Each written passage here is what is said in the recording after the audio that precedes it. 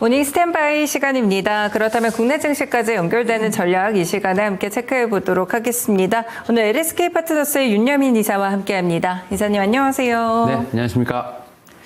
네, 전반적으로 이제는 종전 협상과 관련돼서 계속해서도 뉴스를 좀 따라가 봐야 될 것 같습니다. 일단은 이 장중에는 이 종전 협상에 대한 불확실성이 커지면서 하락으로 거래를 마치기도 했었는데 네. 이제 장 마치고 트럼프 대통령이 또 휴전과 관련돼서 좀 연장한다 이런 이야기들이 있었더라고요. 우리 증시 어떻게 받아들이게 될지 체크 포인트 소개해 주세요. 네, 일단은 뭐 미국 증시부터 좀 빠르게 좀 리뷰를 해보도록 하겠습니다. 네. 일단은 뭐 미국 시장 같은 경우는 결국 이제 하락 마감을 했습니다만 사실은 좀 장중의 변동성이 좀 상당히 강하지 않았나라고 좀 생각을 하고 있는데요.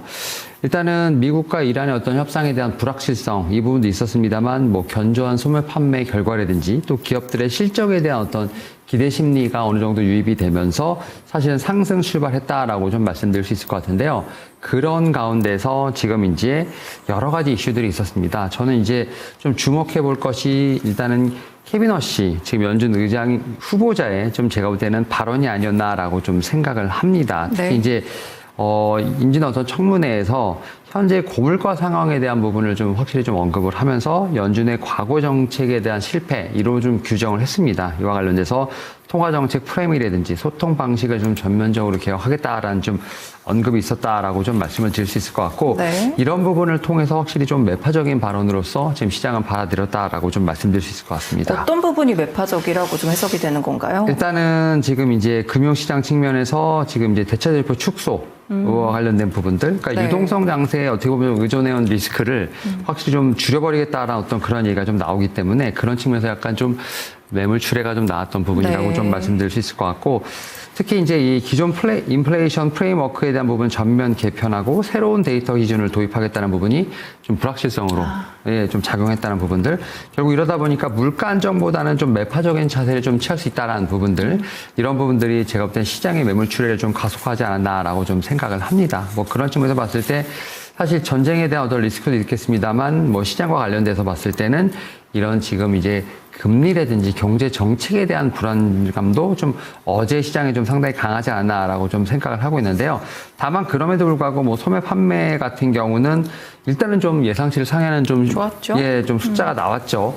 하지만 이 부분도 좀 자세히 좀 뜯어보면 소비의 질이 약간 좀 혼재되는 느낌은 좀 있습니다. 네. 예, 서비스 소비를 보여주는 음식료 같은 경우는 증가하는 부분이 있었습니다만 소비에 대한 부분에 있어서 지금 4월 초 카드 사용이 좀 다시 한번 둔화될 것이라는 얘기가 좀 있는 상황이기 때문에 지금 소매 판매가 미국의 소비가 여전히 탄탄하다는 점을 좀 보여주는 것과 동시에 또 다른 측면에서 봤을 때는 유가가 좀 지속적으로 부담이 된다라고 하면 네. 어떤 실질 소비 위축 가능성도 존재한다는 어떤 그런 양면의 어떤 양날의 검을 좀 보여주는 상황이기 때문에 이 부분도 저는 안심할 수 없지 않나라고 좀 생각을 하고 있고요.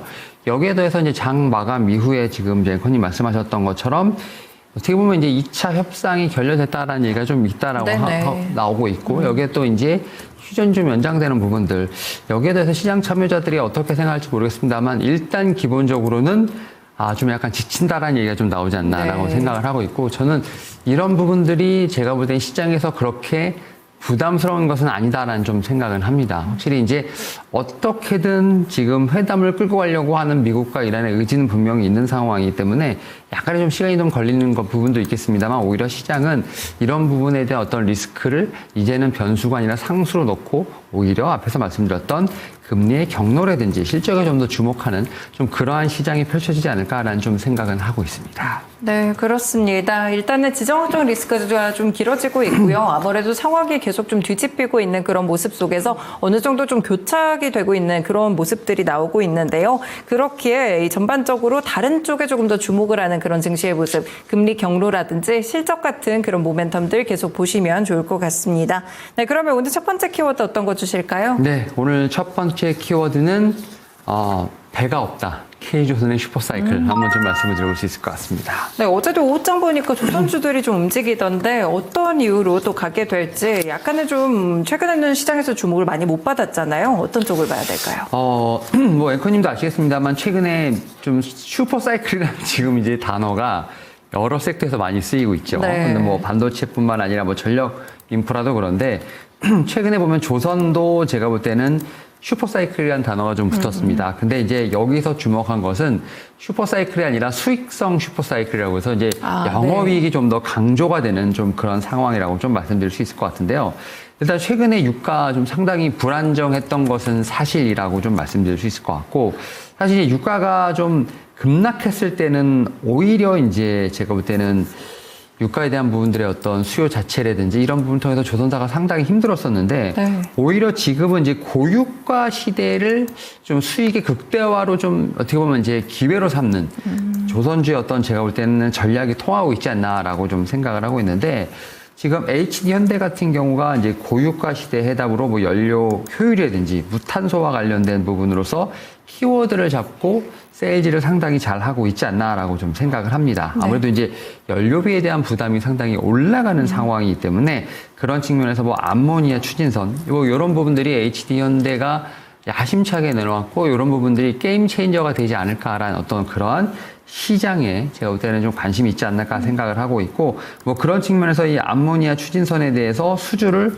지금 거의 독주하고 있다라는 어떤 소식이 네. 있습니다. 뭐 그런 측면에서 봤을 때 저는 뭐 HD 현대 제가 볼 때는 좀 어떻게 보면 이 전략이 통하지 않나라고 좀 생각을 하고 있고, 여기에 더해서 지금 이제 HD 현대뿐만 아니라 다른 조선사들 같은 경우도 이 고유가 시대에 맞게끔 상당히 좀 전략을 잘 짜고 있다라고 좀 말씀드릴 수 있을 것 같은데요.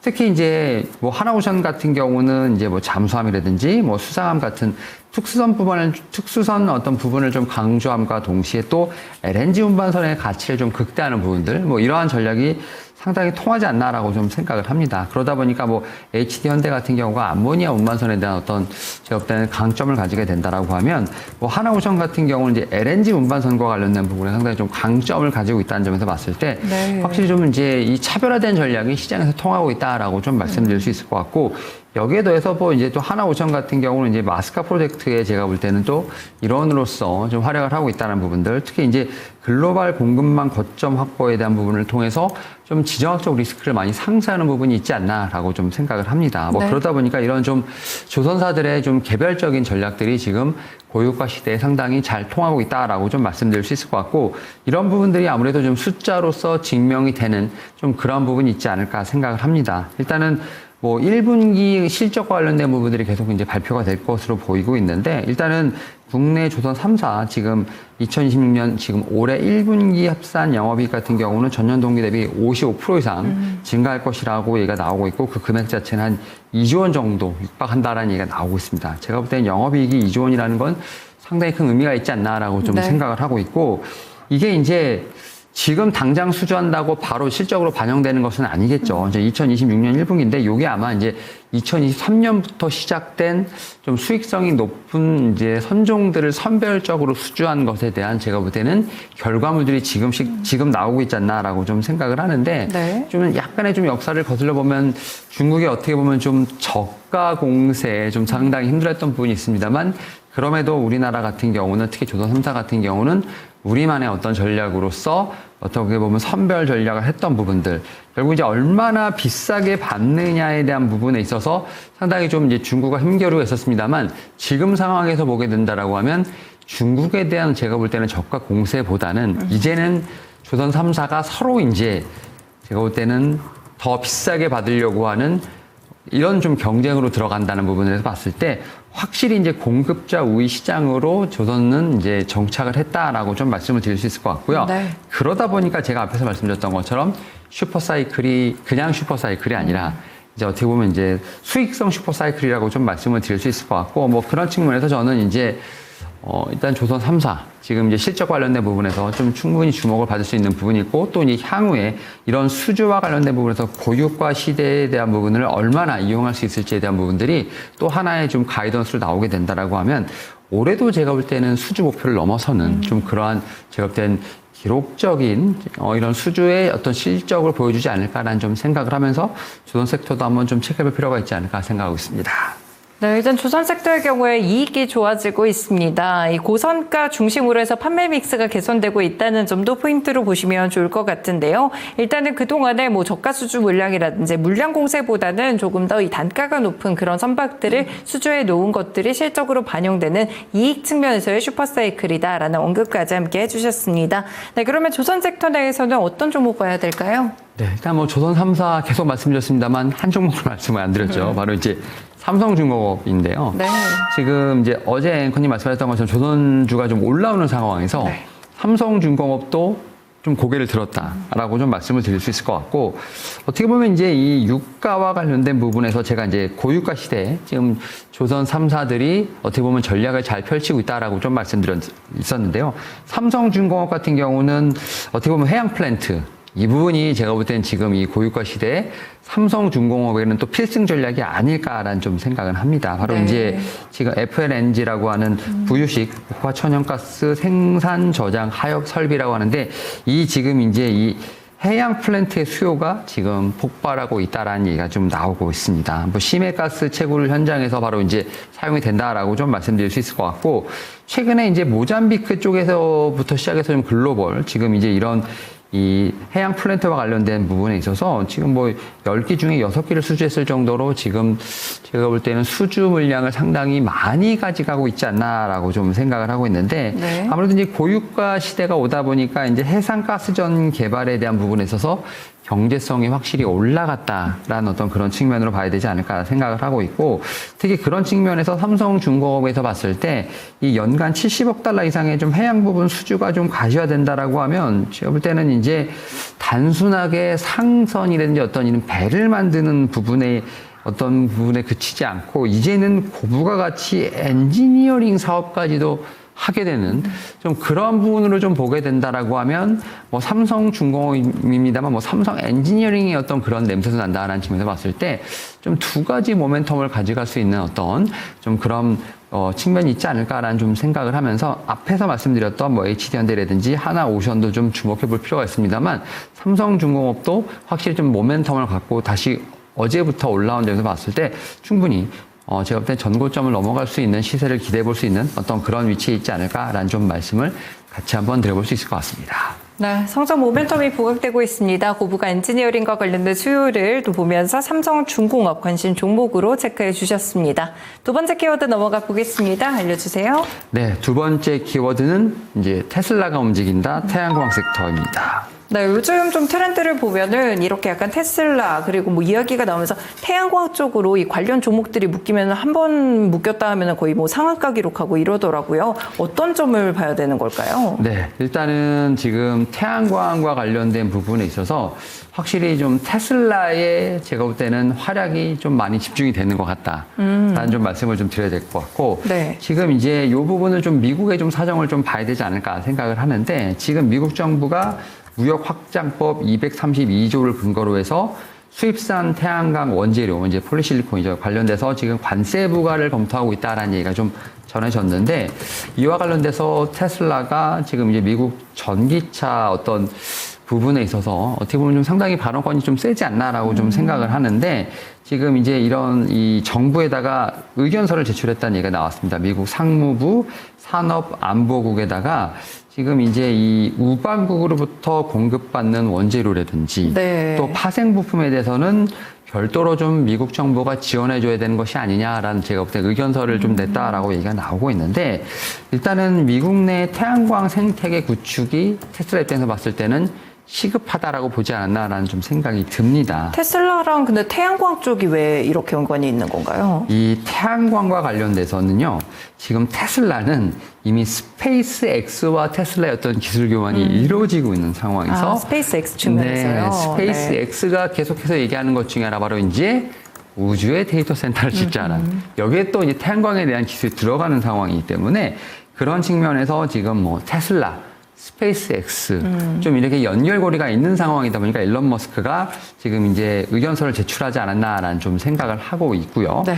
여기에 더해서 이제 주목해봐야 될 것이 뭐냐면, 지금 미국 내에서 우리가 이제 뭐 조선도 그렇고 좀 기간 산업들에 대한 볼 때는 이 생산에 대한 어떤 기술력이 많이 떨어지는 부분들, 네. 이 부분을 좀 테슬라는 좀 인식하고 있지 않나라고 생각을 하는데, 특히 이제 인고시라든지 웨이퍼 제조 능력 자체가 미국 내에선 전무한 부분이라고 좀 말씀드릴 수 있을 것 같고, 그러다 보니까 미국 내에서 국내 인프라의 어떤 부족을 수입으로 해결해야 되는데, 이 수입하는 이런 부분에다가 관세를 매기게 되면 오히려 미국 업체에 타격이 온다라는 의견서를 냈다라고 좀 말씀드릴 수 있을 것 같고, 그런 측면에서 한국이 이제 미국 우방국 가운데 거의 사실상 유일하게 태양광 원재료인지 파생 부품을 공급할 수 있는 역량을 가지고 있다. 이 부분이 저는 좀 제가 볼 때 주목을 받을 수밖에 없는 상황이 아닌가라는 좀 네네. 생각합니다.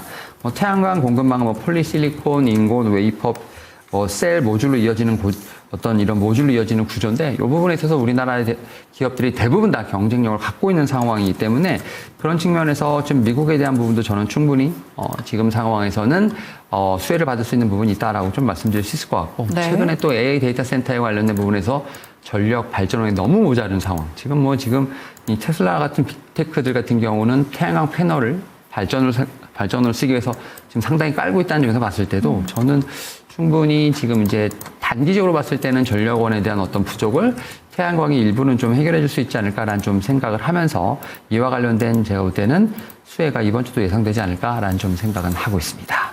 네, 결국에는 이제 폴리실리콘과 관련돼서 어느 정도 우방구, 그러니까 우리나라 쪽의 폴리실리콘이 대체적으로 수혜를 받을 수 있지 않을까 싶은데요. 좀 어느 정도 뜯어봤을 때 약간 중국과의 관계 속에서 오히려 채택될 가능성이 높다는 그런 지점 속에서 함께 살펴보시면 좋을 것 같습니다. 그럼 태양광 섹터 내에서 관심 종목은 어떤 거 보세요?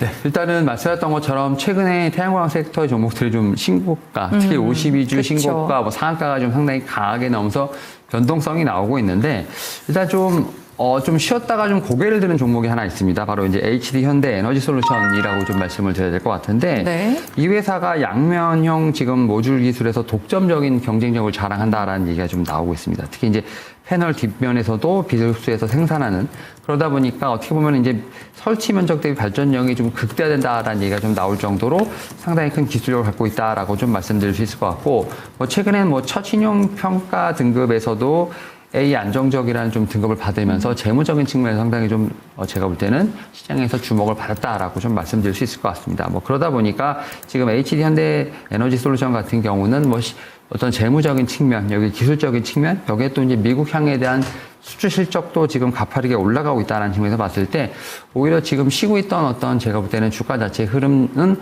상당히 좀 매매 입장에서 봤을 때는 좀 매력적인 구간에서 다시 한번 올라오는 구간이 아닐까라는 좀 생각을 하면서 현대 에너지 솔루션 같은 경우 태양광 쪽에서 좀 봐야 할 종목이 아닐까라는 좀 생각은 하고 있습니다. 네, 재무적으로도 안정적인 모습을 보여주고 있기도 하고요. 점유율을 기반으로 실적까지 좀 좋아지지 않을까 기대가 되는 종목입니다. 그러면 오늘 관심 종목으로 넘어가 보겠습니다. 이사님 어떤 거 보세요?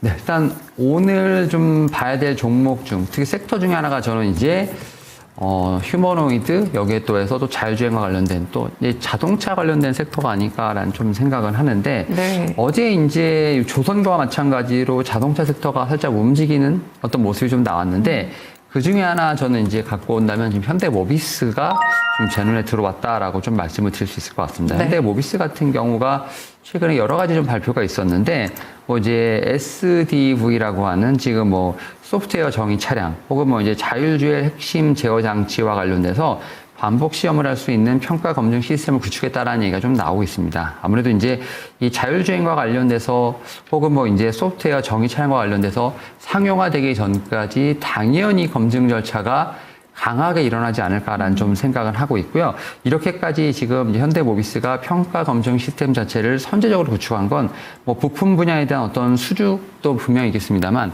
안전에 대한 부분뿐만 아니라 상용화되기까지 어떤 그런 타이트한 단계를 거쳐야 되는 어떤 그러한 현실적인 부분도 있지 않을까라는 좀 생각을 합니다. 결국 이러한 어떤 시스템을 통해서 자율주행이라든지 첨단 운전자 보조 기술에 관련된 부분에서 확실히 고도화가 일어나지 않을까라는 좀 생각을 하고 있고요. 네. 그런 측면에서 지금 현대모비스 같은 경우는 현대자동차 그룹 내에서 또 소프트웨어와 관련된 부분에서 현대오토웨버와 함께 제가 볼 때는 주목할 어떤 종목이 아닐까라는 좀 생각은 하고 있습니다. 여기에 또 이제 현대자동차 그룹 내에서 아무래도 이제 지분과 관련된 이슈가 나올 수밖에 없는 상황이 지금 도래하고 있지 않을까라는 좀 생각을 하고 있는데 네. 그 가운데서 또 키 플레이어로서 작용할 수 있는 게 현대모비스이기 때문에 그러한 여러 가지 제가 볼 때는 좀 이유를 들어서 최근에 좀 올라오는 어떤 그런 부분들이 좀 이런 펀디멘탈에 조금은 작용할 수 있지 않을까라는 좀 생각을 하면서 현대자동차 그룹 내에서도 특히 이제 자율주행과 관련된 부분들 또 이제 소프트웨어 정의 차량과 관련된 부분을 봤을 때 현대모비스도 함께 봐야 할 종목이 아닐까라는 말씀을 같이 한번 드려볼 수 있을 것 같습니다. 그러면 이 종목의 경우에는 어제도 좀 어느 정도 좋았고요. 주가 네. 흐름이 최근에 좀 턴어라운드 기조가 나오고 있는데 목표가 어떻게 보세요? 네, 일단은 2월 26일 날 세웠던 53만 1,000원. 제가 볼 때 이 전고점은 한 번은 넘어가지 않을까, 좀 트라이를 네. 하지 않을까라는 좀 생각을 하면서 저는 조금 이제 신고가로서 목표가 55만 원 말씀을 드릴 수 있을 것 같고, 뭐 이게 그렇다고 해서 상당히 높은 수익률은 아닙니다. 그래서 목표가 55만 원 좀 말씀을 드려볼 수 있을 것 같고요. 손절가는 좀 러프하게 35만 원 제시해 드리도록 하겠습니다. 네, 그러면 오늘 이사님의 종목들 보도록 하겠습니다. 첫 번째로 이익의 슈퍼사이클 측면에서 조선섹터 다시 한번 보시면 좋을 것 같고요. 그 가운데 삼성중공업 들어봤습니다. 두 번째로는 테슬라 측에서도 미국의 태양광은 우방국의 협력이 필요하다라는 점을 주장을 했었는데요. 그렇다면 중국 말고 우리나라 태양광 종목들 반사수혜 받을 수 있지 않을까? HD현대에너지솔루션도 눈여겨보시면 좋을 것 같습니다. 그리고 현대차그룹 내에서 소프트웨어라든지 자율주행의 또 핵심이 될 수 있는 현대모비스 살펴보시면서 목표가는 55만 원, 손절가는 35만 원으로 들어봤습니다. 오늘 말씀 잘 들었습니다. 고맙습니다. 네, 감사합니다. 네, 지금까지 모닝 스탠바이 시간 LSK 파트너스의 윤여민 이사와 함께했습니다. 일단 트럼프 대통령이 휴전안에 대해서 연장한다 이야기를 했지만 이란 측에서는 일방적인 연장이다, 국익에 따라서 행동할 것이다, 이렇게 입장차가 있는 상황입니다. 과연 우리 증시 어떤 방향성으로 잡히게 될지 오늘 장도 성공 투자하시길 바라겠습니다. 지금까지 다양한 투자 판단에 도움이 되는 말씀들 함께 전해드렸고요. 특정 종목의 상승 하락 보장하지는 않습니다. 모닝쇼 마치겠습니다. 시청해주셔서 고맙습니다.